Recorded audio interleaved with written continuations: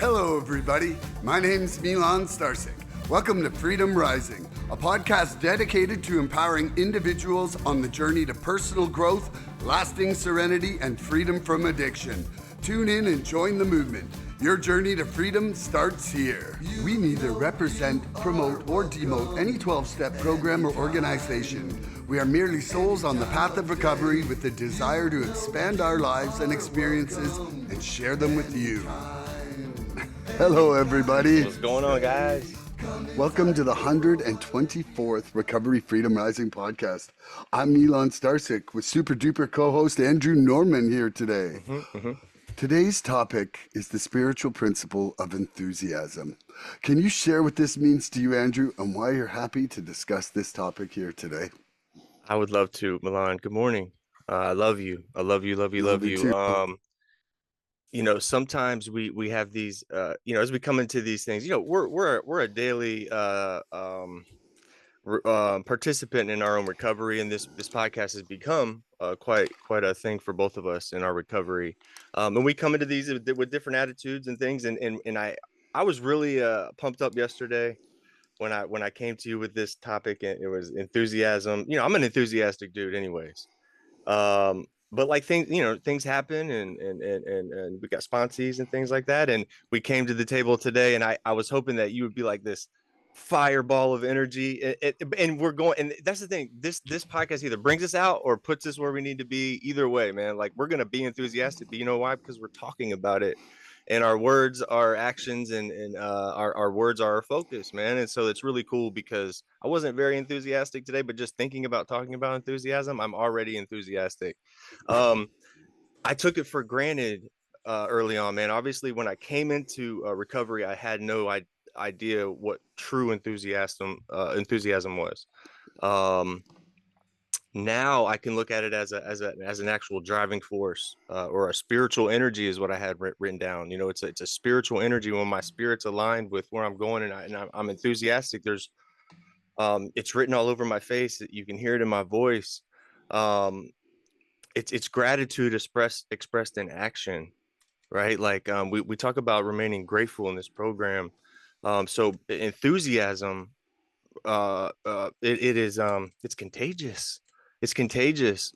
When you see an enthusiastic person, you kind of want to know how they got that way, right? And then when they're doing that all the time, you wonder what the hell's what's going on with that person, in a good way, and so when I came in here, I saw a bunch of enthusiastic people, and I wanted that. I wanted what they had, man. I wanted to be able to do what they were doing, and acting the way that they were acting, and so enthusiasm is a daily choice for me today, Milan. I try to approach things with enthusiasm. It has a way of attracting good to it, right? Like, good people attract themselves to me that want that same energy. And it is an energy of my spirit. When I'm enthusiastic, I'm coming to the table with everything I got, and I'm not trying to fight the process, right? I'm not coming to it with the odd angle. I want to live today. I don't want to just exist. I don't want to just exist and, like, eat when I'm really, really starving and drink when I'm really, really thirsty. I want to experience joy, right? Joy is what makes this whole thing go. Live free. And that joy is where enthusiasm is rooted for me. Joy, like pure joy in a situation, is where enthusiasm gets its start for me. And once it gets rooted in me, man, it's hard to get it out of me. Now, especially now that I got some spiritual principles in my life, I've been doing this a little while, man. I want to hold on to that good. That's a good feeling. That's like the feeling I was when I was on drugs. I was enthusiastic. I felt joy when I was high up. Now I can do that naturally with my natural endorphins, with my friends, through my friends' experiences, through coming on this podcast. I'm already enthusiastic, and I was not there 10 minutes ago. I love you, man. I love you too. It absolutely is the most ironic thing ever that this was our topic this morning. But I no matter how draggy ass tired I could be, you and me are some of the two most enthusiastic people about this program that I have ever met on a meeting in my life. Agreed. Like, man, even when we're coated in stress, fatigue, whatever is bringing us down, we still got that recovery fire. and that Big shit facts. burns. Like that shit Woo! burns. Like Oh, fire. man, on my worst day, I'm still in love with this program. Yeah, man. I, Yeah. and I still show up. I still show up no matter how bad I'm feeling. Like, That's right. man, there has not been a day of my recovery that I haven't shown up with an action and enthusiasm to work my recovery, Yeah, even man. on the worst day. You know, and That's why we hit it off so well right off the yeah, beginning. We hit it off immediately. man, it was love at first bite. And okay, the spiritual principle of enthusiasm is the natural energy that flows when we're engaged with in life with hope, purpose, and willingness. It's not about the loud excitement or constant joy, but a sincere eagerness to participate fully in the journey of healing. Enthusiasm in recovery comes from discovering that we belong, that growth is possible, and that life, with all its ups and downs, is worth showing up for one day at a time. You know, Love that. there there isn't a day that's worse than all the amazing that I've felt and learned in this program.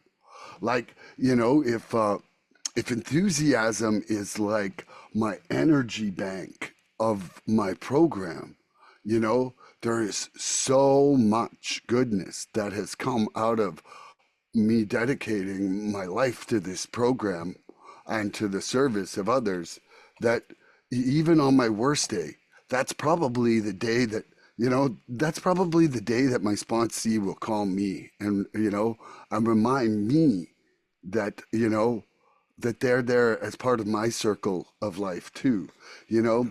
And then it was on a podcast that me, you, and I believe it was me, you, and Brandy that did back in November or December. And that was the podcast that I learned that anxiety and enthusiasm are the same thing. They're just different parts of the spectrum.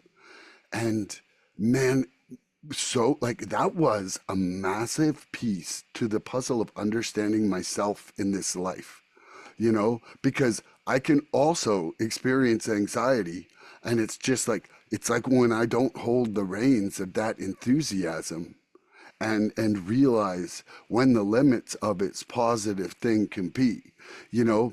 Like, man, I'll tell you right now, I can roll into a situation with enthusiasm, and somehow that E turns into expectations because I get so enthusiastic about it. And that is just a dangerous place to be. I Resentments. can't be a resentment factory and be experiencing serenity at that same moment. And so, you know, it's something now that I'm conscious of, and that awareness will help me surrender that and bring change in my life. You know, but without that awareness, I didn't even put two and two together. And so today, I think that we've got a great amount of stuff to explore here. So I'm just going to leave that at that for my intro part. And do you want to start with the questions? Of course I do. So what does enthusiasm? I love you, man. I love I you. love you too. It's crazy that you made a lot of good points. I wanted to like comment on everything you said. You could say something right now if you want before the questions. No, It's just us it was two. so much. Yeah, no, I know. And Pick one. yeah, yeah, yeah. It just God, you um being able to tap into that enthusiasm and being able to you know, really put a grasp on that is something that man, again, when I came in these rooms, it was people like you that really kept me, because like I really got to have that. Not that I want that, like I need that. Like I need that. And so it draws me to this program, people like you. And you're right. Like you and I are some of the most enthusiastic people. Like if we're in a meeting, just us being there, and what, you know, whatever, in whatever form or fashion, it really pumps up the meeting. It's kind of like a newcomer coming in there, you know what I mean? Someone that, you know, your name holds weight in there for no other reason than you're just bring a good energy, man. There's a lot of people when we come in here, we're really negative. I was a extremely negative person. And let me ask you this: when you first came in here, were you negative and then it switched for you, or like were you? And that's not my question. No, you know, it took, fortunately, from what I was quitting at the time, it took about a month. where I feel like I wasn't like people pleasing positive with a nasty message underneath, you know? Yeah. I'm fortunate, like when I quit an earlier DOC when I was younger, there was about a year where I just couldn't find any joy or happiness. Like, man, different DOCs, everybody out there, man, different substances have a different endorphin return cycle. And if you're like, whoa, what's wrong with me? You just might have taken one of the ones that takes a year before you find any happiness. Like, don't give up early because there's a good chance you still got some happiness coming around the corner. And it's different if you don't, if you're not in treatment or at least have thought of that treatment process. I remember there were times when I tried to get clean on my own, and I had no, hey, there's this 12-step fellowship, there's these people that are doing something that I can, if I follow their path, I can get out of this thing. So I think mentally, if we try to do this on our own and don't try to get some help, because look, we once we get in here, you understand you can't maintain this alone either. So like you definitely can't get over this thing alone. And so and so like if you're just trying to white knuckle this thing and you're like, man, I'm just going to do this thing on my own, mentally it's going to be a lot harder to get over that hump of whatever that DOC's half-life or whatever that is in our body. Are you with me? It's going to take a lot more. If I mean, it might not ever happen for you if you're not in some kind of structured. I'm telling you right now, I was working with this newcomer this weekend who's really obstinate about not being part of the program at all. But his biggest complaint is how lonely he is. And I said, man, I said, there is a built-in community waiting to love you. And I said, like Needing to love you, you. nobody you hang out with is a healthy choice for you right now. And I said, so when you're trying to get straight, you're just literally isolating yourself, making yourself lonely and unhappy when there's people waiting to love you right around the corner, man. I'm like, I got five, like, I don't live in the same city as him, and I got 5 people lined up who will take him to a meeting right now, you Yeah. know? And I'm like, dude, you don't have to be alone. Yeah. NA's given me they've given me a family of love. Look, I've got a family born from love, not from blood, right? We are all born into families of blood, right? And in one way that's really cool because it was like divinely chosen. We were born into this family. We got to look after family, right? But then in the other route, it's like we didn't get to pick or choose any of them. So when they maybe do us dirty or bring us into addiction or whatever, we don't have a choice about that. When we come in here, I'm talking about, bro, I have a whole new family. I'm talking hundreds of people that are born from love, from the simple unconditional love piece. And that doesn't go anywhere. And it's so powerful because when somebody tells me they love me, I cannot take that away from them. And when I tell somebody I love them, they can't take that from me. That's why it's so powerful. You get thrown that love, man. And I have a whole new family that I would, bro, I couldn't pick and choose a more perfect family and a set of people around me if I could. Yeah. So Next week, dude, next week I'm going to the AA World Conference. 50,000 people together holding hands doing the Serenity Prayer, dude. That is y'all are, going to 50,000. Like, dude, I can't wait for that. but I feel like that's, dude, what just came to my head, the picture that came to my head was like an ant hill, like with just thousands, like 50,000 ants just holding, just being stronger than the whole shit. Like it's amazing. yeah. I'm, Nobody being more powerful than the other one. Just fucking, that's awesome, man. boom. It's going to be Question. wild. Here's your Yeah. question. What does enthusiasm mean to you today, and how is it different from the past? So I think enthusiasm to me today means the energy I have to push forward with what I'm doing in a positive way, like and the different and also though in how I present myself to newcomers and to people at meetings, like I will not dumb down my recovery fire for anybody because I think to me one of the most important messages I can share is that there's amazing fun inside recovery. That is the point to this podcast for me is that I am trying to show people who've never seen happy sobriety a place to come where you can be happy and free in your life. And more so than anything is that one person sees that message and realizes that there is an alternative to that pseudo synthetic happiness from the substance. Because for me, my enthusiasm was like a good batch, you Yeah. know, Yeah, or man. or or a great pile of a good batch, like, but like, and then one or two partners in crime.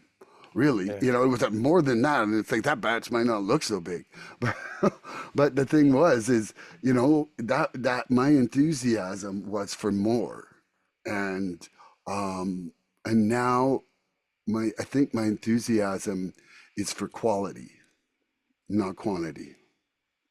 That's great. That's beautiful, man. So like enthusiasm, and that's beautiful because and you've made this point where like when you would use, you would be worrying about the next using. Yeah, So your enthusiasm was based on the next all the time. I You're was a always morologist. right. So you were never, and that made a great point in my head is we were, you and I were never enthusiastic about the now in the present. We were always all of our enthusiasm was rooted in what was the next one that was coming. Yeah, Now, how much now we better it could be in no, versus anything. now we exude enthusiasm in the present moment. Yeah, Clean, like right now, clean. I am loving this experience Bro, together. bro, my whole I like the I feel rest my of whole body today. right now. The rest of today, it's going to happen when it happens. But right now, we like I am really enthusiastic about where this conversation's going, where it's Yeah. been, but just how the energy's unfolding right now. It's gonna set my tone. Like we can't come in here and talk about enthusiasm and be sad. It's hard, man. It's hard to come in and be like, oh, well, it's really good to be pumped up. Like it don't work. It don't But work. but you know what though is that just like pride, there can be a negative enthusiasm. You can be very sad, like you can be very mean, like, and you can have enthusiasm in those actions. Yeah, yeah. And Uh, I think as this unfolds, we're gonna talk all about this. This is a really, really good point. It's a really good yeah, point. So my answer is when I think about just the question in general, what does enthusiasm mean to me today, and how is it different from the past? Well, enthusiasm today for me, when I think about it, means being just genuinely excited about life, genuinely. About recovery, about the possibilities. Because I'm always growing, I'm always learning something, and my disease is never going away. So if I can always keep moving in that positive direction, I know I can outrun this thing. It's about having a sense of like internal motivation almost. That hope and purpose that we get as we're enthusiastic. It means that we're enjoying what we're doing, or at least enjoying life and being grateful because we're here. And it really, really just is a way to bring good people around me. It really does attract good things in people around me. When I used to when I was in active addiction, I was just really just a fucking drug addict, so I didn't really understand what my actions were doing. I would just be like happy when I got drugs. That was really it. I misunderstood enthusiasm with I thought passion came from like chaos and adrenaline. That chaos and adrenaline that we would get. That's where I thought passion was rooted from. And that's not real. That's not real passion. Being scared and being like pumped full of adrenaline because we're in a situation that maybe we could die or go to jail. Like that's not a good place for our bodies. Don't want to be up down up down up down all the time. You know what I mean? I used to get hyped about destructive things, man, like getting high and partying and things that were just destructive to everybody and me and everybody around me. And that was my hype place. That was my place to be, right? That's our part. That's our place. That's our place we want to be. That's the place we strive to be, is in that super destructive area. And so it was just reckless. It's just a reckless obsession that I had, that now I can kind of pinpoint that my brain and my ego are not my amigo. And so today, um it comes from a different place. It comes from clarity, having a clear mind. That's where I get enthusiasm from, man. I wake up and I don't have to feed me before I feed me. I feel connected to something greater than me, and that allows me to tap into when I'm kind of feeling down or whatever, man. I pray, and then I'm out of my lane, man. I'm not up in that stifled head anymore, man. I get out, I get clear, I get clear headed. I understand that I have a choice today because and I didn't use yesterday either, the day before that, and then I start getting pumped up about myself. I start understanding all the shit I got to do today. Like I can do that shit if I choose. If I choose to do it and put a good foot forward, I will get that done. And then I'll be proud of myself, and people will know that I will show up because I used to not show up for anything.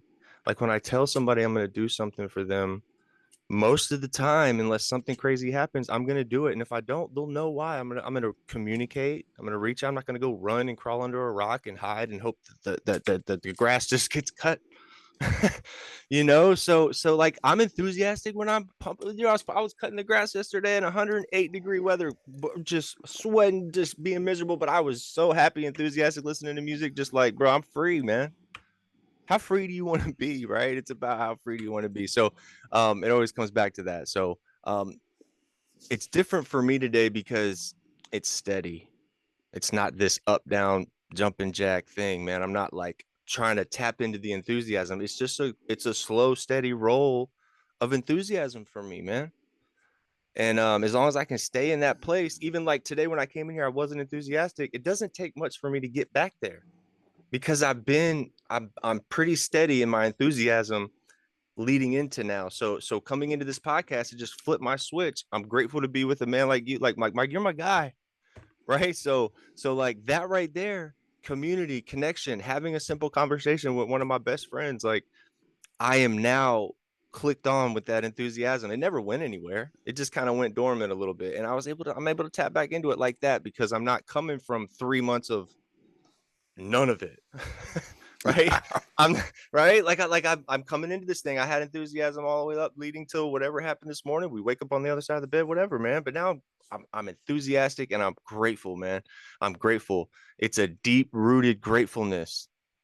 That's what I'm really understanding. And a grateful addict doesn't use, right? We hear that all the time. So stay enthusiastic, man. Just stay around your people that are enthusiastic because when you're not, they'll make you enthusiastic. It's like smiling, making somebody else smile. It turns your smile into a smile. It just the whole thing, it's like a big soup of love and enthusiasm and greatness. And then when people, and then so it's so loving that as these people come in depressed and all that shit, they just get swallowed up by the love and the enthusiasm, right? Like that in these meetings, that's what happens. They come in, they're like, I want to die. And then by the end of it, they're like, I've got a whole new family. I'm in 2 WhatsApp chats and I got a sponsor. What the fuck just happened? Right? I don't know, man. Embrace this thing, dude. Please. Please. I love you. Love you too.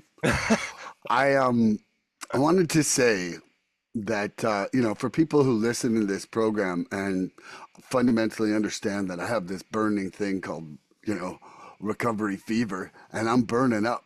Recovery fever is literally enthusiasm. Like it is literally a new name for enthusiasm because it's kind of like funner. It's what the It's disease is. enthusiasm about enthusiasm. You say you're pumped up for recovery. Well, enthusiasm is like you get diagnosed with something. Like enthusiasm is the diagnosis. Yeah, that's right. Right? It's like what we get I diagnosed with. got recovery fever. Just you got enthusiasm, boy. We got to give you some medication for that enthusiasm. What? That's right. We're gonna give you some That's sponsors so and calm funny. you down. Exactly. Okay, enthusiasm is the light that begins to rise when we stop surviving and start living. What part of your life today sparks genuine enthusiasm that you once thought was lost? Um, man, I have the first thing that came to my mind is I'm deeply engaged with my life today, man. I have a deep engagement in my life today, and I used to be not present. I don't know if the omnipresent is the right word, but I used to not be present.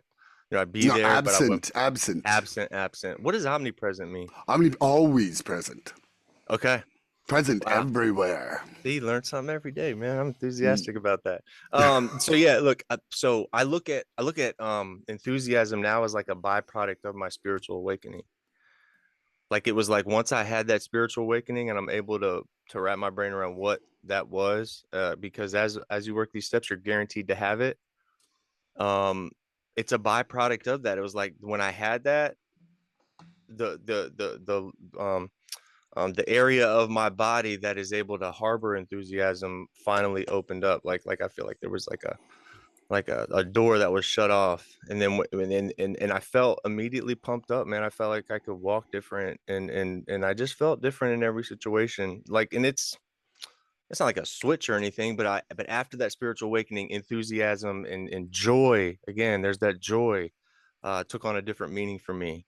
It was all encompassing at that point. So when like you were just making reference to, like we both are feeling that enthusiasm throughout our body, man. It's not like our brain is just trying to tell us to be enthusiastic. Like it's actually happening full spectrum for me. When I feel enthusiastic about something, I feel it to my toes, right? Like I feel it in my body, in my fingertips. I'm not dormant, right? Like I'm up. I'm not wanting to go lay in the bed. I'm not dormant, man. My cells and my body, my spirit is up. It wants to keep moving. It wants to continue with this conversation. It wants to continue to breathe this feeling that I'm feeling, having this conversation. We go back to this, like our words are our focus. We become what we believe. You want to be an enthusiastic person, start hanging out with those enthusiastic people, figure out how they did it, and just work this program. I promise you, if you work this program and you stay clean, you get off drugs, and you start feeling feelings and start having emotions, and then people tell you that they love you again and again and again, and it turns from uncomfortable to I need that. Like I need that, man. And I almost look at it as like when I first started doing my DOC, like it was uncomfortable at first, but I leaned into it, right? I was throwing up in the backyard, but I went, yeah, let's try tomorrow, just in case. Just in case. Well, look, if you felt uncomfortable in these rooms, all that love and shit getting thrown on you, come back tomorrow just in case. Just in Yeah. case, because it gets a little easier to sit in that and have it thrown at you and go, okay, I don't mind that so much. I don't mind that so much. And then the next day and the next day and the next day. And then you start telling people you love them and you go, shit, that's how that works. That's how that works. So enthusiasm doesn't always mean like jumping up and down, right? We're not like up, down, up, down, up, down. Sometimes it's just waking up and being truly grateful for understanding that I did not use yesterday. I'm not going to use today. And that I have a choice today, man. I have a choice and I have another chance at this thing. um I am naturally enthusiastic about life, just on the baseline of that, man. And saying yes when my addict mind wants me to say no. I get to do that today. Mm. Choosing life every day when it's just hard, like I choose to push through life's challenges today, and not to sit in that diaper, man, and rot, because eventually there's nothing else for us, man. It just all goes away. We just, jails, institutions, or death. It's not for me, man. I've done the institutions, jails, or whatever, but I don't want to test death. You tipped your toe in that water, man. I'm gonna learn from your mistake and not go there. So that's enthusiasm to me today. I don't even know what the question was. Don't even know what the answer should have been. And I love you. I love you. Enthusiasm is the light that begins to rise when we stop surviving and start living. What part of my life today sparks genuine enthusiasm that I once thought was lost? Well, there's two things, but I'll start with the one that came to my brain first for sure was my health. Like, 6 months after getting clean, I managed to finally shake cigarettes, which to me, like, I smoked for 51 and a half years. Like, I was freaking dedicated. And, and that started opening the door to greater movement in my life. Do I eat like a saint? No, I do not. But I certainly walk like a gump right now. I'm a fast walking fiend. My monthly average last month was Run, like Forrest. 19.7 kilometers. And, over 25,000 steps per day, and that's a lot. But the thing that has done for me is that, like, I thought I was going to die within a couple of years of getting clean. Like, my cardio had gone down so much. My resting heart rate was way up there. My cholesterol was way up there. Because one thing I've really learned recently is that, like, shit sits in your body if your body's not flowing. Like, it doesn't matter if you're young or old, if you're eating shitty stuff and not moving your body, all those toxins and things like that make cholesterol or other toxins, they just sit in your body waiting to make trouble. And so getting my blood flowing, like, I feel healthy now. Like, I feel vibrant. My skin, like, I look younger than I've looked in the last 10 years. I see pictures of me and I'm like I have more gray hair, but the skin and the architecture of my body flowing is just way different. And you know, um, it's not about pride. It's about the fact that this vessel is what carries this spirit right now. And if this Yeah. vessel's not flowing and healthy, my thoughts aren't flowing and healthy. Like, if Yeah. I'm stagnant inside my body, I'm not usually stagnant inside my thoughts. And it's just been such an important revelation to me to see that, like, there is no separation of mind and body. Like, they're so interconnected, and the health of one, can definitely precipitate more health than the other. I think healthier thoughts, if my body's flowing and I'm feeling good, like Absolutely. like to me, we are just like vibrating sacks of energy. And ultimately, if my energy's not vibrating at a high frequency, then it's low frequency thoughts I'm having. And so for me, that's the one that for sure, like, I if you had said, man, you're going to be over a year quitting smoking, 20 months, and you'll be walking this much, I would have been like, man, I could barely get down the stairs in the morning. You're full of shit. Yeah, like, it was really like, I remember struggling that first 50 steps of the day inside my addiction. Like, it was just like my body was so neglected at that point. Yeah. But Let you also, down. too, like, what part of my life sparks a genuine enthusiasm? I have to also touch on service at this point. Like, my concept of service really was at a people pleasing point. Like, it was service wrapped in strings, and now, like, man, I feel like I'm finally getting to the point where there's just true service and true, like, how can I actually make your life better without it being a series of applause or anything. Like, in fact, it's like service is something that I almost don't like talking about. It's like humility. They're very hard to talk about, but they need to be talked about, because the thing is that even if at the start there's other motives behind your service, if you're not doing any service, you're never going to get to change that feeling. Like, Yes. like Beautiful point. it's like I could sit there and judge walking shoes all day, but if I don't actually put a shoe on my foot and walk, I'm like, that one looks good. That one's going to be the winner. But You if I got to don't put the put it, Hokas on and try them. that's right, man. Those Hokas, I'm telling you, Man, shout out to Hoka, man, adding come on. 10K to my day. Hey, let's Adding get a 10K. sponsorship. Hoka, come on. We love you guys, man. We're Yeah, walking that's all right. day. Hey, if you get this man on a commercial with the Hokas on, bro, come on. Come on. There ain't nowhere I won't walk. No, he makes his own backgrounds too. Yeah. Rainbows and mountains, dogs, beautiful Dogs, dogs. beautiful Woo. dogs. You ready for my Okay, question? I'm ready for your question. How has enthusiasm helped you through difficult times in recovery? Milan? I would say, like, almost picture me like a swinging bungee cord, you know? And it's like, so I'm stepping, but I'm like bouncing down and I'm bouncing back up.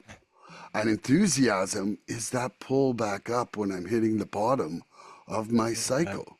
Like, there is times where it's just like I want to lay in bed kind of day, just like anybody else. But, you know, what gets me back up? What gets me to that meeting later that I said I was going to? What gets me into that session with that sponsee? What puts me out at work when I don't want to be there? My enthusiasm for seeing, like, my one of the things is that I don't let a bad moment define my perception of my life. Like, I might be like, this sucks right now. I might go down a negative spiral, but I am never like, this life sucks now. Like, this is my reality. It's not your, it doesn't make it your reality at that point. It you know what? It can filter my it can filter my immediate reaction, but it's not filtering my life perception.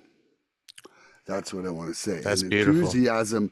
And enthusiasm keeps that little bit of clarity to see that it's not a permanent thing that's happening here that's negative. That's a Yeah. beautiful point. Great point. Great point. So Andrew, how has enthusiasm helped me through difficult times in recovery?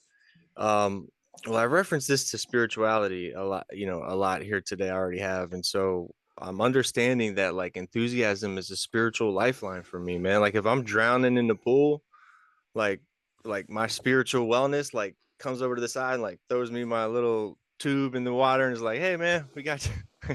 We got you. Like you said, when you're up and down, like you go down, that enthusiasm kind of brings you right back up. Because once we're able to tap into that, it's extremely hard to not lean into enthusiasm. Like when it's in our grasp, if our body can or our mind can grab a hold of it, we tend to go right to that. Just like our drugs, man. Like drugs were enthusiasm back in the day. Not no more. Not no more, man. I remember the first time I was in a meeting, not on drugs, and I laughed for the first time. Like I actually laughed, not high. And it was like what did I have written down? It was like enthusiasm were breaking, like I had such emotional pain. Like enthusiasm like crushed my emotional pain, right? Like it crushes it at the for the moment. Like when you can let go of all that pain, misery, that the depression that you're feeling, sit in a meeting and have your emotions moved from all that to laughter. Doesn't it smash all of it for at least that those couple giggles, right? Those couple laughs, that little bit of enthusiasm that you have crushes those feelings for the moment. And so that is a beautiful feeling, man. It's a beautiful feeling to be able to know that you're going to come to a place and if you're in a place to try to find that enthusiasm, like you'll seek it out in a meeting somewhere. You got some grateful people in there talking about some good shit somewhere in a meeting. Hopefully, it's not this hum and glum circle that you see on these TV shows. Nobody's happy. No, somebody made that meeting happen, and somebody's life is on the line for that meeting being there, and somebody's very, very grateful and happy to be in that meeting. I can assure you of that. But yeah, so the first time I laughed in a meeting, naturally, without all this fog of active addiction, it was like the first time I could shatter that emotional pain that was holding me down 24 hours a day. I didn't think it was ever going to be lifted. I didn't ever think it was going to get lifted. So as I got these moments of enthusiasm and joy and hope, it crushes that overall crust that I'm feeling. I'm like in this crust of pain and emotions and fuck this and all that shit. Every time I got hit with that enthusiasm, which is people like you in the meetings that just throw it on you, ask for your grateful list when you get in there into the pre-meeting, like little shit like that, it cracks that shell for me. It did. And it gave me hope. It gives me hope that I don't have to be this negative, depressed dude all my life, but I'm staying clean, right? Like that didn't seem like a very fun way to live either. Like if I'm gonna get clean but be just a depressed individual the rest of my life, like that didn't seem long term very appealing to me.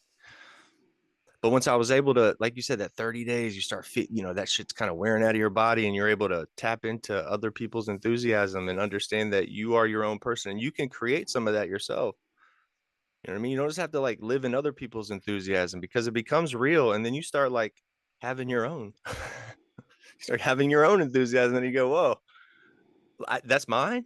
Like I can hold on to this, and then I can go do that in my on my own without those people that taught me that. Right. I can go to my workplace and be enthusiastic, and then people might be a little standoffish about it, but then they'll like that shit too. People don't want to be depressed. Most people. And again, we can make ourselves strong or we can make ourselves miserable. It's the same amount of work, man. But at least if I'm making myself strong, happy, enthusiastic, when I get to that plateau, I've got a I got a broad shoulders to sit on at that point. When if I'm making myself miserable, doing the same amount of work, making myself a miserable person, when I get to misery, I'll have I have nothing to stand on. Where am I going to go? Off the cliff? Like I have nothing to I know I have nowhere to go at that point. So then it's like burn the place down like I used to. So not me anymore today, man. I stay grateful. You know, this whole enthusiasm is a deep rooted gratefulness that I have today, and I feel it all the time. And when I don't, I just come get tapped back in like I did today, and I feel it immediately again. So love you, Love you man. too, man. This really just shows me the power of love. You know, it really does. Yeah, man. Oh, it's changing the day. Okay, when we act with enthusiasm, we meet our recovery not as a duty, but as a privilege. How does your enthusiasm show up when you're of service to others? Wow, it's really cool because it just keeps on with this conversation. So as I was given this enthusiasm, um, it took over me, man. And I was sitting in these rooms and you start feeling that hope and joy and enthusiasm. I know that I would not have gotten that if y'all didn't throw that shit on me. So I started reading literature as I'm feeling some enthusiasm, reading some literature. I'm starting to be able to relate to myself a little bit, starting to be able to understand there's a roadmap here. I have a practical solution today. Finally, I didn't have one before. I had all these people throwing all these ideals at me. You should go to treatment. You should do this. You should go to Alaska and live for a year. And there's no drug. All these crazy ideas, right? And there was no group or subset of people saying, "Hey, we've all done it this way, and so we know this is going to work," right? It's just all these ideas, man. And when I was able to tap into my own enthusiasm because of what we've been talking about up until now today already, where we all just really throw it on us as a newcomer. Um, Once I was able to harbor that and read the literature, and it tells me, look, I can't keep all this beautiful shit that y'all are giving me unless I give it away. That's just the natural order here. Is hey, this feels good because they're giving it to me. You're telling me now I need to be in service, which is a posture of the heart, keeps me coming to meetings when I don't want to go to a meeting. And those are the special meetings when you go to them and you don't want to be there. And at the end, you feel completely different when you leave. And that's what's keeping me going here. So now you're telling me if I want to keep it, I got to give it away. And now that I'm giving it away, I'm getting more of it in tenfold in return because I have other people that I've given it to being enthusiastic. I have the people that gave it to me being enthusiastic. I've got all these people around me staying enthusiastic because either on one side or the other, either they gave it to me and they know, hey, I'm going to keep giving it because look, that dude's doing well and it obviously works me giving it and they're feeling it. Or I gave it to you and you are now proud that you have it in your life and you're going to keep giving it to me. You're gonna make sure if I'm not grateful, like what's wrong, Andrew? You like you're the one that pulled me out of my shit. What's wrong with you today? Why are you not grateful? Like what's going on with you? And it gets me out of my head, man.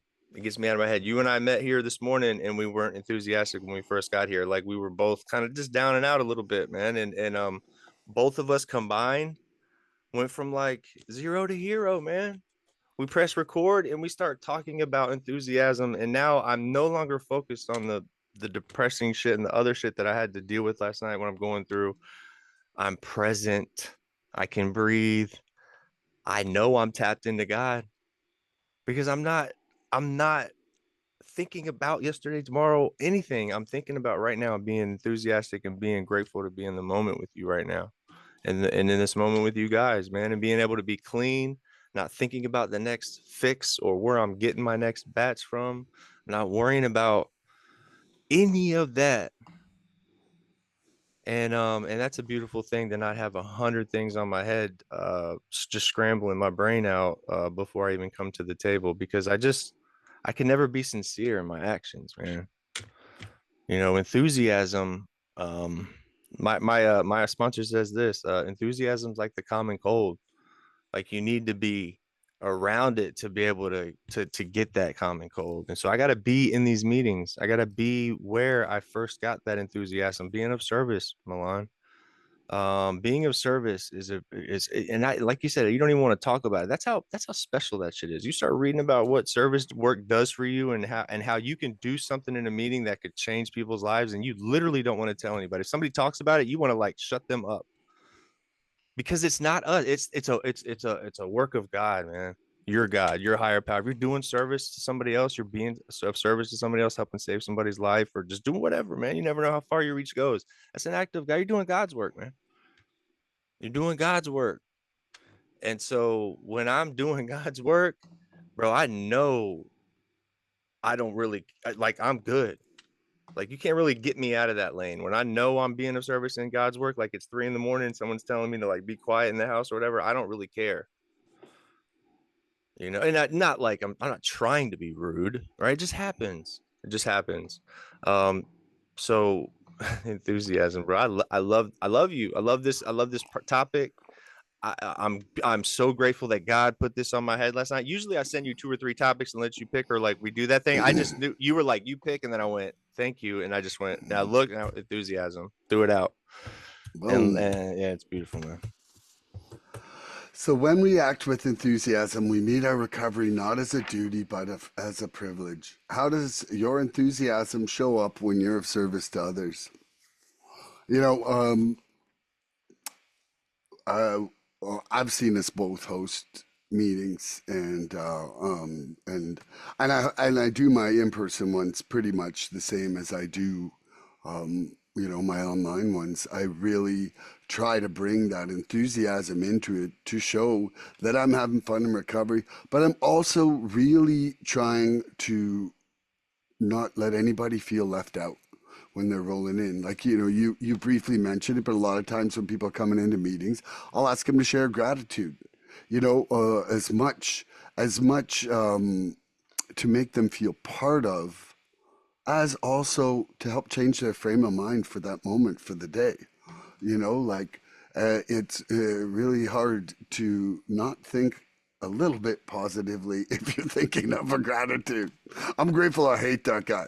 No, but but seriously, it's like trying to to create some mindfulness in that action, and so my enthusiasm really in my service. Let's think of sponsees for a minute. When I see that there's something going on with the sponsee, part of me also thinks, okay, like, where have I failed in the learning style that this person needs? And so I try to look at that, and I try to approach it and add some different fun elements into things, and like, I was one of the worst reacher outers in the world. And what I've realized is that, through the actions of my sponsor, is that it's okay for a sponsor to reach out too. Like, if you just put all the weight on somebody who might be like struggling with their sobriety, struggling with their defects, struggling with themselves, like overwhelmed because they don't have a job, in a shitty relationship. Hey, I can't wait to call somebody and tell them about my struggles.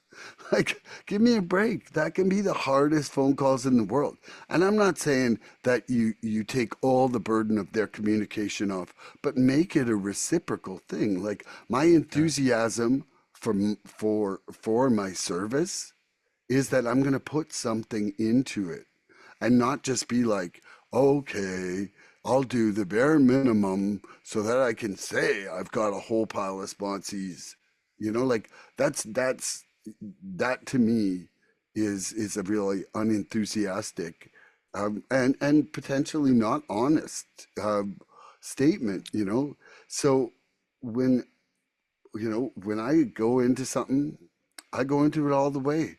And there's a lot of days that takes perseverance to maintain that enthusiasm.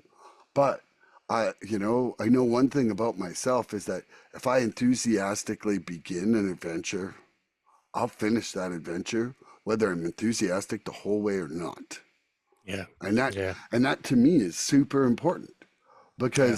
because it's like I'm not just gonna kind of start getting you straight and catch you later. Have Yeah. fun like that. Yeah. Yeah, man. Yeah. Like that's just that I won't do that. Yeah. Yeah. Yeah. Yeah. It's like being fake. It's fake. People pleasing, man. All right. You ready for my question? I'm ready. Oh, no, that's not the one. What kinds of things can kill my enthusiasm, and how do I fight against them?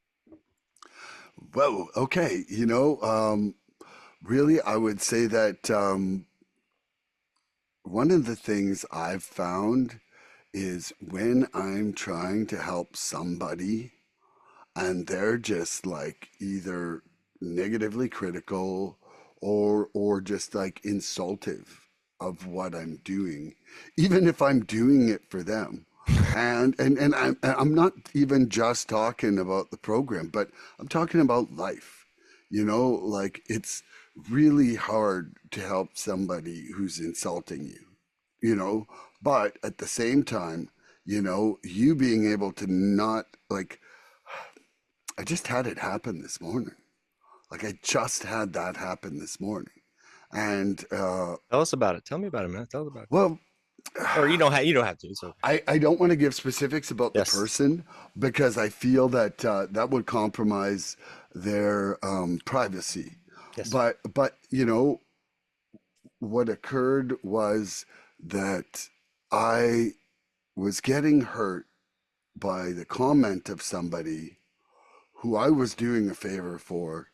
And then I realized that, that there is some impairments that this person has that was, making it that if making it that really I'm looking for something to get offended at versus actually that person having any control over how they were saying that.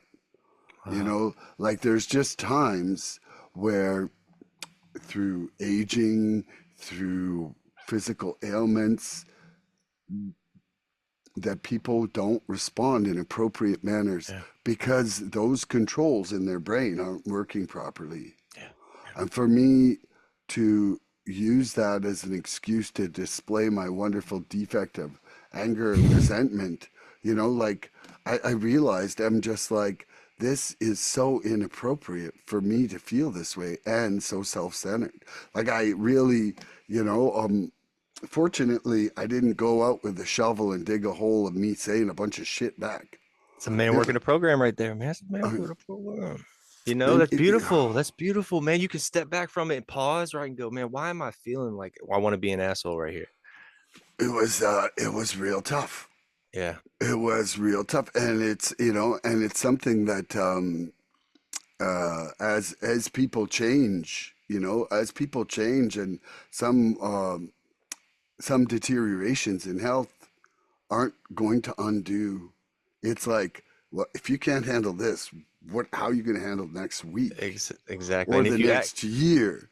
and It's like learn some coping skills right now, you know. And to be honest, I wrote it down and it's in the Harry God box right now. that's Like that was my solution to that. I just kind of step man. back and like boom. Y'all better start listening to this podcast and start doing some of these things, man. I'm telling you, that shit helps. All these things help, man. It's not like you just wake up one day and you have all these little things that you do. Like Yeah, we've talked what we at episode 124. We're yeah. talking a lot about a lot of things. A Harry lot about a God lot of things. boxes and things like that. And so bro, that's beautiful. Milan, you were able to step back and go from an outside perspective and go, how's it if I act how I really want to act right now, or how I feel like I really want to act, how's it going to affect that person, my family, me going forward, the rest of my day, my podcast today that I'm doing with Andrew? Like you did all that. Yeah, and but also too, like it's just like actually dissecting and seeing my motivation. And my motivation was really like if I looked at it, I'm like, this is just me trying to allow myself to be angry. And you felt disrespected for some reason. You really he wasn't they weren't disrespecting you. It was just where That's They were just just where they weren't were. capable of nice action and nice words. You would have did yourself an extreme disservice to act the way you wanted to act in that point. Yeah, If with that being yeah. said, Hmm. yeah, it's beautiful, man. You got an answer for that, or is it? Yeah, it's you. I Is think it is it that's me? Yeah. So what kinds of things kill? Yeah, it's me. What kinds yeah. of things kill my enthusiasm, and how do I fight against them? Um, Enthusiasm, and I started thinking about this. Enthusiasm's like a fire. If I don't feed it, it dies out, right? And so there are things that I can do, and there are things that will choke the life out of that fire, right? And you think about maintaining a fire. If you're out in the woods somewhere, and you're going to help maintain a fire before that fire goes out, Milan, there's a lot of things that happen, and we go, hey, the flame is getting smaller. Um, we're running out of wood to help maintain this fire. Like there's little warning signs that we can see going into it. And one of the biggest things that kills my enthusiasm is complacency. Complacency will kill my enthusiasm every time. I find myself getting in that rut where I'm just like everything's easy going, but nothing is hard. You know, um, and then everything's hard, but nothing's. It's just kind of like you get in that rut where it's like everything kind of folds into itself. And so when I start thinking like I got this, and when people are telling me they want to help me, and I'm not taking that help, people are obviously telling me they want to help me because they're seeing something in me that's maybe shifted. Um, when I start going through the motions, and then you hit on this too, Milan, a big thing that kills my enthusiasm is negativity. Negativity and negativity in numbers is really hard to combat with just simple individual enthusiasm. If you feel like you're the only enthusiastic person in the room and there's 15 other people, and yeah, you might have some people that are there for the right reasons, but you got about 5 or 6 of them that are just coming at you like the negative, negative, negative. Like, I don't like the literature because it says this and I can't relate. And then that just feeds onto itself. And so to stay enthusiastic about this thing, and you're bashing what is saving my life. Like I read these books to keep myself alive, and they're beautiful, and you're bashing that shit. It's hard for me to just be like, hey, glad you're here. Glad you're here talking. But now that I've got a few years clean, been in the rooms a lot, go to a lot of meetings, man. I go to a lot of meetings. Um and I've seen full circle that hey, I can find the enthusiasm and the joy and the positive in any aspect of those situations now. And I don't have to burn the bridge down or burn the house down to like come to terms with it. Like, I didn't like the situation. I'm gonna leave the meeting, or I'm gonna end the meeting for everybody because it's not positive, and then be sitting there in my shit afterwards going, what, why did that just happen? But I'm gonna process it in real time with those people, right? Try to break them down with my love and enthusiasm, and tell them, hey, you can continue like that, but I love you either way. And no, I don't want you to go use drugs, but I'll love you if you do, and we'll be here for when you need us. And so to remain calm, to be able to be confident in who I am today, man, is a beautiful thing. It keeps me out of those negative ruts. Yeah, y'all can come at me with as much negative shit as you want, but I'm not gonna go hang out in the pool with you. I'm not gonna go hang out like I'm not going. We're not going skinny dipping together in the negative pool, right? I'm not. That's not my jam today. Now, you want to come in the positive pool? We got float toys. We got all kinds of cool shit. Shirley Temples. No non-alcoholic Shirley Temples. We're having a good time over here. But that whole negative pool, I think they pee in that pool. I think they pee in that pool. You ever seen those signs where it says there's no pee and ool, so let's keep it that way at the pool? And those negative people that sit in that negative pool, I heard that they're allowed to pee in their pool. I don't want to go in that pool, man. I don't want to go in that stinky pool. When you go to the pool here, if the pool's closed due to fouling, that's what they That's what say. they call it. Fouling. Yeah, Oh yeah. they have a dye that they put in it now where if you pee, it turns like dark blue, so you can't not be exposed if you do pee in a pool. Like, have you seen that movie Grown Ups where they're all in the Yeah. pool, all peeing, and then they're like, ah. I And think it's they just stopped doing that in Canada because there was so much blue from all the kids. They're like, we can't stop them from peeing, but no one will come to the water park anymore. Yeah, that's right. No, That's so funny. it's like you might as well just not know. So if you have a pool at your house, there's pee in it, guys. Isolation. So look, I just want to hit on this. Isolation is another killer, man. Isolation will kill my enthusiasm quick because it's hard to stay enthusiastic with myself, for myself, to not, again, this is why it all goes back to service, being of service to somebody, community. It's the opposite of our addiction. If I'm isolating, it's hard to breed enthusiasm for myself, right? Unless I'm out buying something or doing something and leaning into probably one of my character defects or some other kind of way to get high without being high, right? And that's where like you hear people talking about having shopping addictions and gambling addictions and all that shit. And it's just another way to feed that enthusiasm isolated, right? That's how we feed that enthusiasm isolated, which is really addict behavior if you really think about it. And it's not that we're addict, yeah, we're going to always be addicts, but it's not that we're drug addicts anymore because we shop a lot or whatever, because we're not using drugs. But what that is just a warning symbol. It's like a red flag to, hey, you're starting to get into some of these old ways of thinking, these old habits. You're doing a lot of buying online. It just goes into those making bad decisions. Spending too much money when you're trying to stay on a budget. And then you could get about 5 things going in the wrong direction, and then some drugs get on your table, and you're like, "Fuck, man, it might be okay to sniff that line." I don't know, man. That's where my head goes. So I stay out of all. I start getting out into one. I'm gonna stay nestled up to it, try to get myself out when I can, and I'm definitely not gonna layer it up with another negative aspect to my life either. I just really stay. That's when I talk to somebody. I come talk to you. We'll talk about it on the podcast. I'll call my sponsor. I'll call my network. So, yeah, don't stay isolated, man. How I get back to doing that is getting back to the basics: gratitude list, service, honest connection, spiritual practice, celebrating the small wins. Man, I celebrate the small wins today.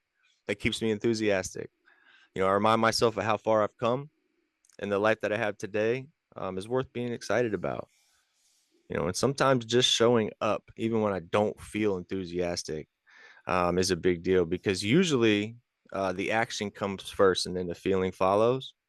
If I wait to be inspired before I move, I'll stay stuck. I'll stay stuck every single time. But if I move anyways, the enthusiasm always returns, right? We stay moving, we're going to get that enthusiasm back because we've been staying in that lane. Like, we're not coming from 3 years of never being enthusiastic once about anything other than drugs. Tap into that. I protect my enthusiasm today because I know how vital it is. I almost protect my enthusiasm as much as I do my recovery. I almost look at it as my recovery. Staying enthusiastic is my recovery. Enthusiasm is recovery for me, now that I think about it. It's what keeps me clean. It's what keeps me growing. If I'm unenthusiastic, I'm not here for the right reasons. I'm here for the wrong reasons. I'm here to get my piece of paper signed. Hey, top of the hour, let me get that code. I'm at work today. I'm just listening. I'm just listening. Love you. Okay, you got a question for me? Of course I do. Number 4 is, I've got them all on my thing here. Okay, how do I keep enthusiasm? How do I keep enthusiasm alive on hard days, Milan? On hard days. Well, I would say that I've contact my community like we're doing right now, putting myself around like-minded individuals. Like, I feel that, one of the beauties of the rooms is that, like, enthusiasm is contagious. You might not be able to give it to someone, but they can certainly catch it from you. You can sneeze on them. Yeah, you could sneeze on it. And like today, I mean, geez, both of us were kind of low energy, and here we are having just a wonderful time and a great podcast. And that just shows that our enthusiasm for this program and for sharing in this format outweighs the daily concern. For this, 90 to 120 minutes, I'm doing my very best for presence and not thinking about later today, not thinking about what was going on before. And if I put myself in that moment, I'm here, happy, alive, and well. You Conscious know, contact. yeah. Exactly. Having that conscious contact is essential. I'm I'm kind of down this rabbit hole right now of that Michael Singer there from the Untethered Hmm. Soul, Hmm. and then in one of his books he talks about this yogi's book, autobiography that inspired him, and I just started listening to that, and it's just like the whole thing really is about getting yourself unhitched from your expectations and the things that remove you from the moment. And, I'll tell you right now that there's certainly a very recent growing level of peace here, you know? Yeah, man. I like that. I Mm, love that. Word yeah. to Michael Singer, man. What's up? Um, Yeah. how do I keep enthusiasm alive on hard days? It's kind of one of the most important things I have in my tool belt today is being able to do that. Because it's not, let's be real, man, not every day's sunshines and hot tuas, man. Rainbows and hot tuas. Not every day. Not everything's sunshine and rainbows, man. So I wake up, sometimes I have anxiety, I have fear, I have pain. And I'm not immune to that. I'm not immune to that. So what I have learned, Milan, is that's one of the first things I've learned is like enthusiasm doesn't always show up on its own. Like I don't wake up and I'm like, bro, I'm fucking excited, right? Like I have to invite it in. I got to invite enthusiasm in. But that's with my actions, with my words, with the people I surround myself with. If I want to keep that, I have to keep those avenues that invite enthusiasm back into my life always around me, because it reminds me of what I have today. Because a lot of times, my brain can be completely shut out from all the positive things that I have going on. I can focus on one negative thing that doesn't even have anything to do with anything. I'll be focused on it all day and I get nothing done all day. And there's where the isolation comes in, all that kind of stuff. So I have to invite it in. It starts with willingness, man. It starts with willingness for me. I got to remind myself that I don't need to feel amazing to take action. I got to stay willing. I got to stay willing. I just need to do the next right thing, regardless of who's looking. Because when I do that, when I pick up that piece of trash when nobody's looking, regardless, I'm making a living amends to myself. I'm teaching myself that I'm not an asshole, or I'm not this drug addict junkie that's never going to make anything of their life and never be important to anybody. I've come a long way. And it makes me feel better about myself. I walk around with my head held a little bit higher because I'm going to do the next right thing regardless. And I'm training myself to do that because I didn't know what that was in active addiction. I had no clue what doing the next right thing for anybody was in active addiction if it did not revolve around substances. Um, so how do I keep, I practice gratitude. I've said it at the beginning. Enthusiasm is a deep rooted gratitude in what I'm doing, in my feelings and my actions. I got to understand what I'm grateful for and what got me here, even if it's forced. Even if it's forced, I got to force gratitude. I'll force gratitude because I'd rather force gratitude than like something else. So connecting with someone in the fellowship, call a sponsor. You hit on this earlier. As a sponsee, I've been taught that it's real important to call our sponsors and ask them how they're doing, how their day's doing. And if they're going through something, ask them how their procedure went. Ask them how their wife's doing. Tell them to ask them how their dog's doing. Because your sponsors are not dumpsters, man. Sponsors are not dumpsters. Yeah, they are there for anything and everything, but they're not dumpsters, and it is a two-way street. When you call your sponsor and you ask them how their day went, even on just a normal day, you might make them cry. You might make them cry. I've made my sponsor cry before. Just calling him to ask him because I called him and I have a lot of things going on with me, so he immediately comes out with, "Well, how's this?" And I'm like, "No, sponsor, how's Miss Denise today? How are you doing, man?" Because he had like a procedure on his eye and his eye would look all weird. I'm like, "Bro, how are you feeling?" And he just busted down crying. He's just an emotional man. He can tap into his feelings today. Taught me that too, man. Taught me that too. So call your sponsor and ask how they're doing today. Just you'll feel better, they'll feel better. It makes the whole thing work a little bit better. I don't even know why I got off on that. But go to a meeting, I have go to a meeting, I have spiritual routines today. I try to keep a positive perspective. Perspective is big for me today. Perspective. I can always be lined up for trays, selling my green beans for deodorant. I don't want to do that. So I don't even know whose question it is. I love you. I got a question for you. And this ain't about green beans. The steps invite us to live with open hands, and enthusiasm grows when we stop clinging to old fears. What fear have you let go of that has made room for new excitement? The fear of being alone the rest of my life. I no longer, and Ooh. not because I'm like, hey, I found that other person or I have these people that are always going to be around me for the rest of my life. But like, I don't have that fear. Even if I was to not be around somebody on the way out of here, that's not my fear anymore. I don't fear that part anymore. I'm so comfortable once I was able to tap into a God of my understanding, man. The rest of this thing gets a lot easier. Um, um, Having a spiritual awakening as a byproduct of that, I have enthusiasm in my life today. Um, and it's not easy at first. Um, I let it drive my growth today. Enthusiasm drives my growth. Like if I can always tap in and use it as a compass to my growth. Because if I'm enthusiastic throughout the day, I'm going to be working on positive things. Like I know that. I already know that.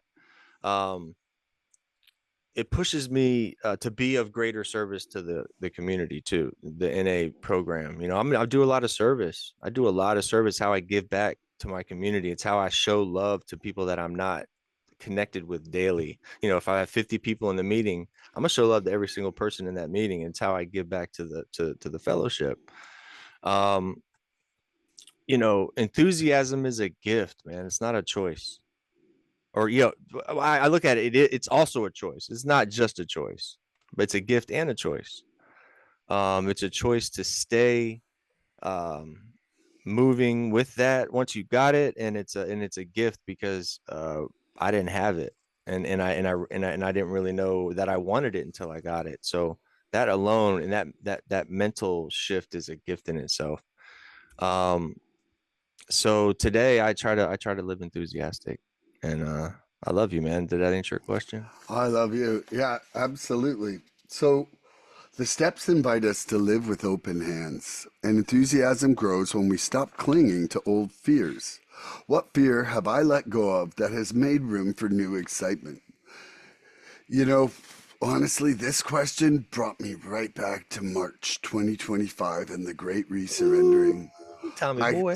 It wouldn't be a podcast if I didn't talk about it, but for me, I'll say it again to anybody out there, but I had a wonderful surrender of my addiction. I've been blessed to be free of compulsion and desire to use, and I consider that a real miracle, really, truly. Like, man, if you saw me and the way I was, it really is nothing short of that.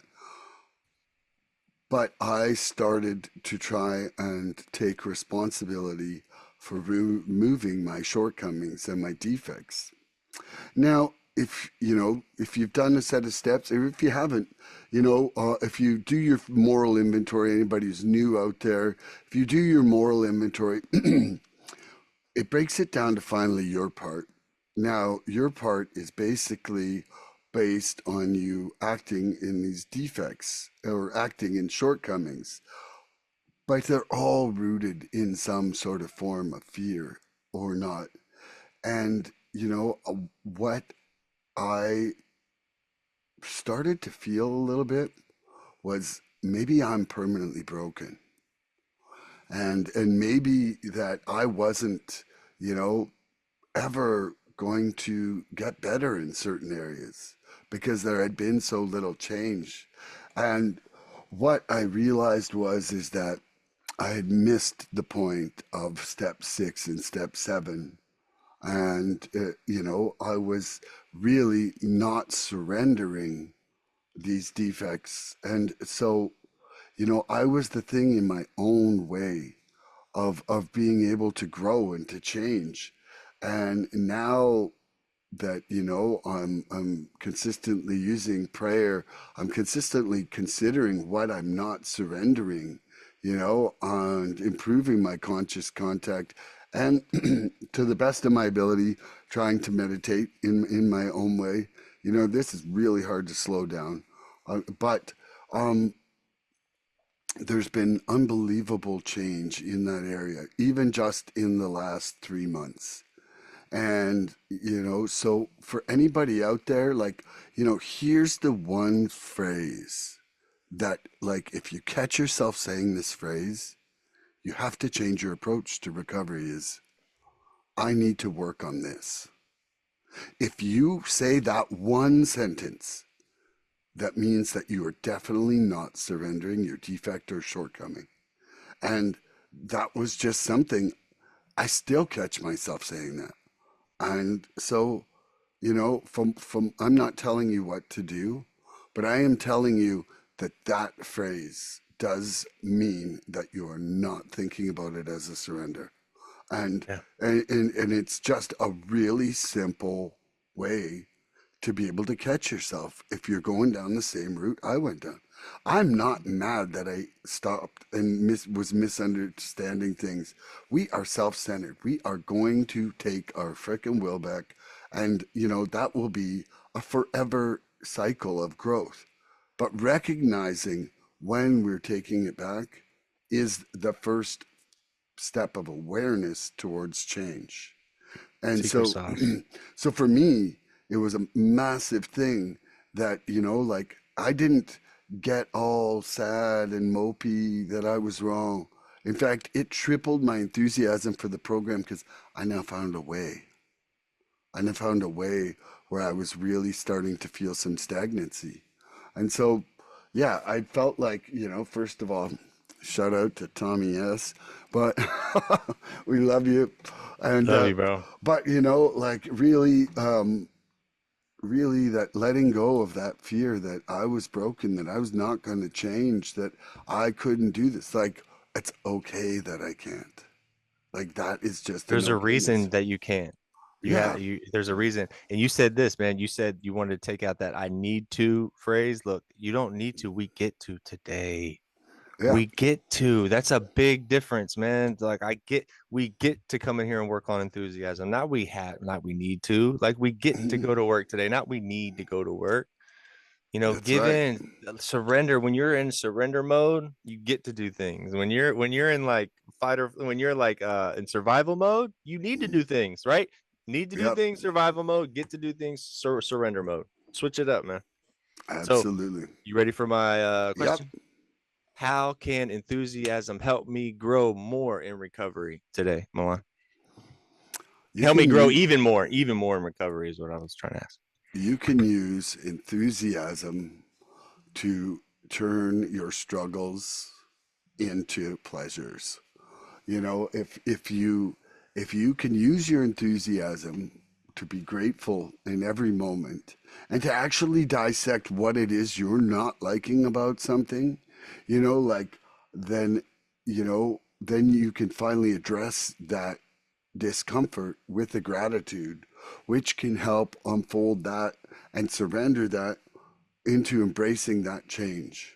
So, like to me, a big part of this entire, the biggest part that I see of this entire program is learning about that surrender.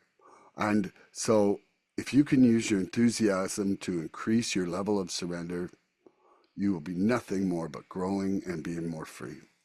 Yeah, yeah, it's beautiful, man. I like that. So, how can enthusiasm help me grow in my recovery? Well, um, for it's a fuel for growth for me today, Milan. Yeah, I like early on, I was just excited to be alive and not be using drugs. Like I'm just and look, that's okay. That's perfect. Like if that's where you're at, bro. That's enough. But today, enthusiasm is like a fuel to my recovery fire. Um, you know, Enthusiasm helped me stay clean at first, but now that I've been clean for a little while and I have enthusiasm, I'm able to foster that feeling. Like it's not, I don't need to work on step work, bro. I get to work on step work. Yep. I mean, because I'm, you know why? Because I'm excited to see what it's going to uncover.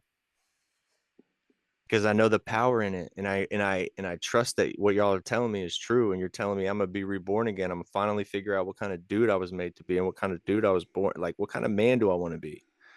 That's exciting.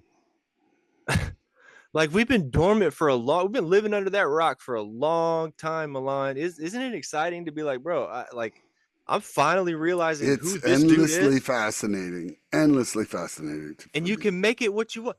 Embrace what you want, what feels good. Because look, we're not have to filter it through the drugs anymore. We're not filtering it through, hey, I haven't shit for 3 days because I've been on pills and I don't like I feel like an asshole because I'm stopped up anyways. And I'm trying to filter feeling good and going like bro, we are so effed up in active addiction. I could never come to the table with any sincerity. Look, I've been hitting on sincerity lately, bro. Sincerity. It's when my body, my soul, my mind, body, and soul are aligned in my actions. I'm sincere.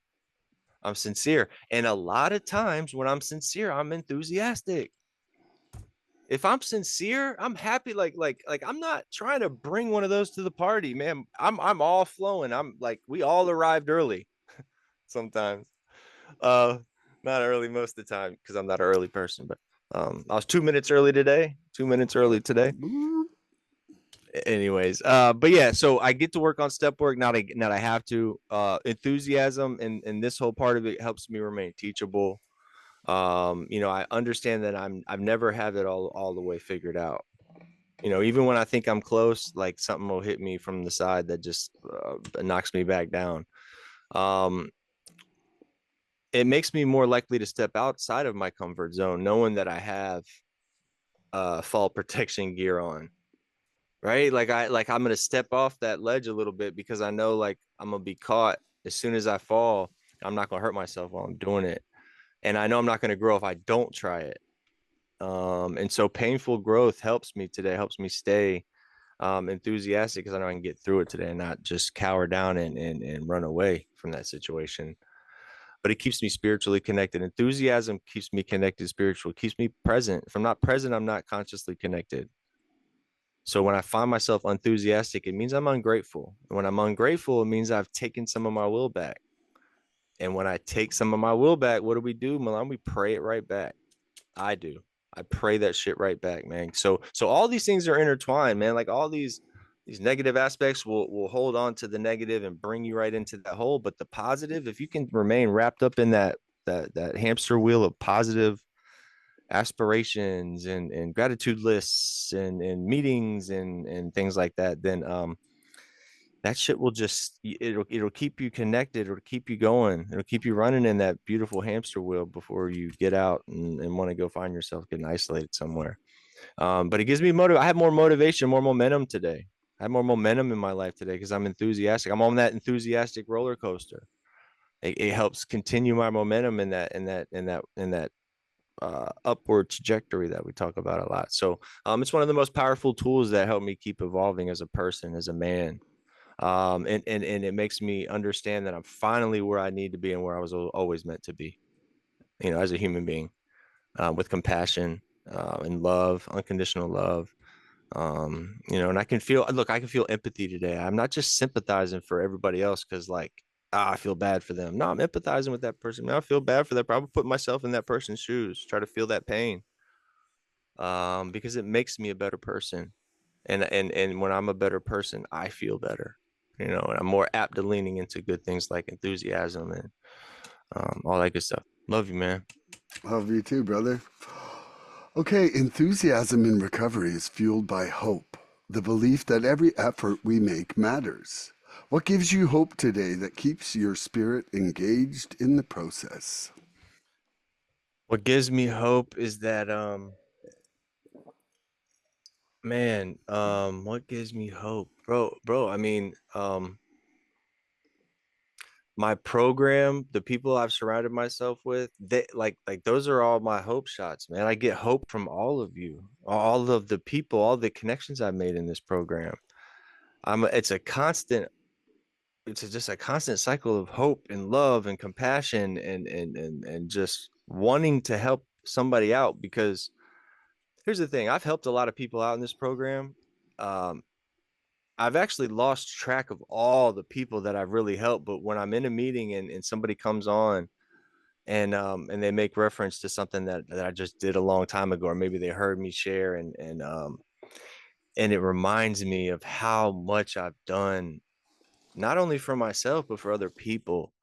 And it changes how I'm feeling about myself. It gives me more confidence in the moment throughout the day, and just to be genuinely excited for life. And I don't have to have everything figured out, Milan. I used to have everything figured out, mapped out during the day, and I don't. It's not where I am anymore. I don't have to have everything pre-planned, and then if it doesn't go to plan, like I'm gonna blow the shit up. Um, everything I do, I can do that spot inventory we've hit on recently. I can spot inventory it immediately, and then I don't have to write it down. I don't have to do paperwork. I That's don't right. have to do paperwork. I've been thinking about that. We've been talking about that in our meetings too, because I love that. paperwork sucks, man. There's usually a follow-up paperwork. There's usually somebody has to read your paperwork. God's always reading it, man. So, um, bro, I'm getting off track now, so I'm gonna leave it, pass it Okay. to you. Enthusiasm in recovery is fueled by hope, the belief that every effort we make matters. What gives me hope today that keeps my spirit engaged in the process? You know, first of all, I would say that the level of faith that has developed inside my heart in this program as a whole, that gives me hope that it's going to keep working. You know, like the fact is that there is no way I thought I would be almost 21 months clean and happy. There's no way that someone said, "Hey man, you're going to be like 124 episodes into a recovery podcast by your 53rd birthday." I would be like, "What?" You wankster. What are you talking about? I like that. Just absolutely to me is like a mind blowing change of mindset, and it's like if I can have a change in mindset like that, it gives me hope for other people out there. Like, man, I felt so lost at the end. Like, if you're out there feeling lost, you can be found. You know, Yeah, and man. Yeah. and you don't have to be alone.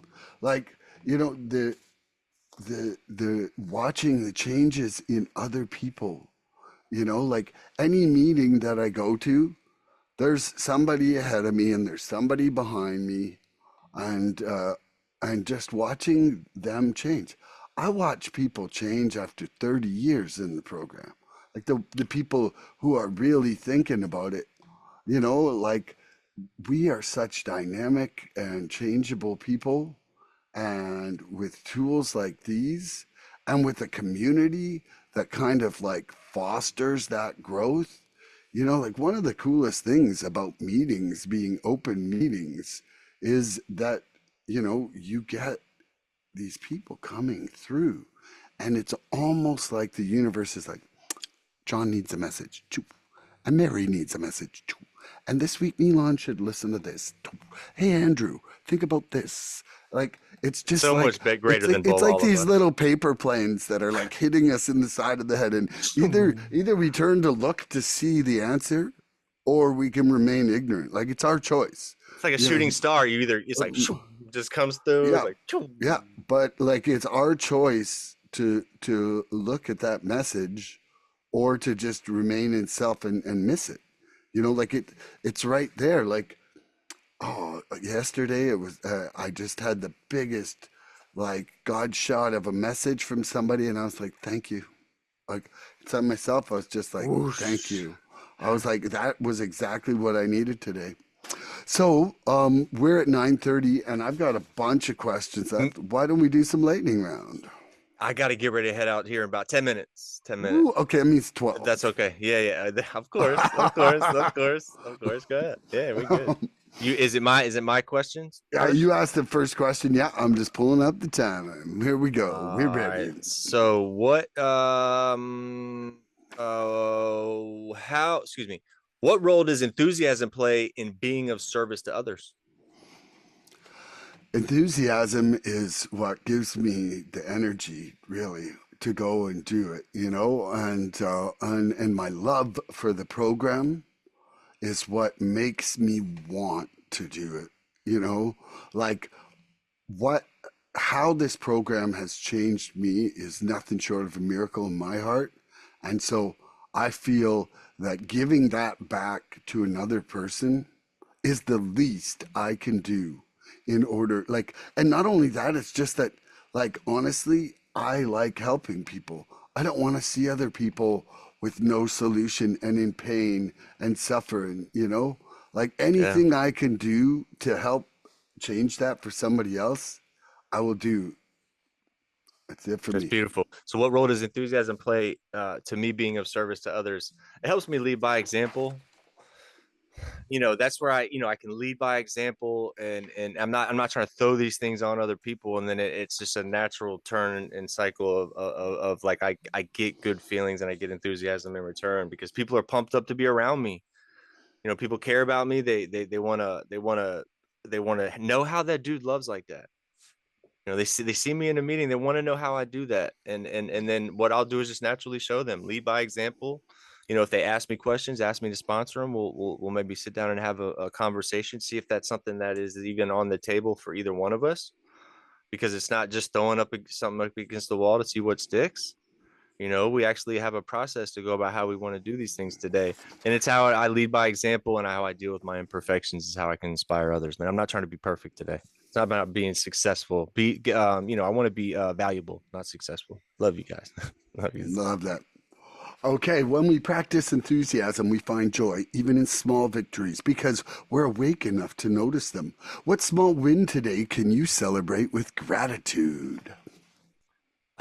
Bro, I get the opportunity to come onto a podcast with a very special human being, one of my best friends in the world, and get out of my head, man. And get out of my head, bro. Enthusiasm is a gift, but it's also a choice. It's a gift to be able to have this, but it was a choice that we both came on this thing today, right? So it's two parts. It's a gift and a choice. It's a daily choice. I can feed that shit or I can let it die, Milan. We can feed the beast or we can let it die. The steps teach me to stay connected with my higher power, how to be honest with myself, how to remove myself from the situation just a little bit more every single time. Freedom gives me joy, man, and that joy is where my enthusiasm is rooted. Joy is where enthusiasm is. That's where its home is at. Enthusiasm lives in the house of joy in my life. So, if I don't just want to exist, bro, I want to live today, right? And recovery makes that shit possible. Today, I'm enthusiastic about the life I've been given, so I give it away, and I'm gonna always come to the table with the same amount of fire every day, as long as I can. So, When we practice enthusiasm, we find joy even in small victories because we're awake enough to notice them. What small win today can I celebrate with gratitude? I definitely entirely grateful that I had the tools to take a look at how I was reacting to that family member earlier, and you know, without the tools, and that's a win. Before I wasn't even looking back at the road of carnage of my words and my actions, and now, you know, um, I get to see where I'm going wrong, how I can correct it, and hopefully how I can live differently in the future. it's beautiful. It's beautiful. Milan, what do I do when I feel my enthusiasm slipping? Ooh, what do I do? For me, I try to, like, either go do some more step work, put more into my sponsees, put more into my service, and also just try to learn something. For me, I've been kind of like paralleling my program with also this Michael Singer stuff, and to be quite honest, There's not a recovery book that covers surrender as deeply as what I've heard him cover.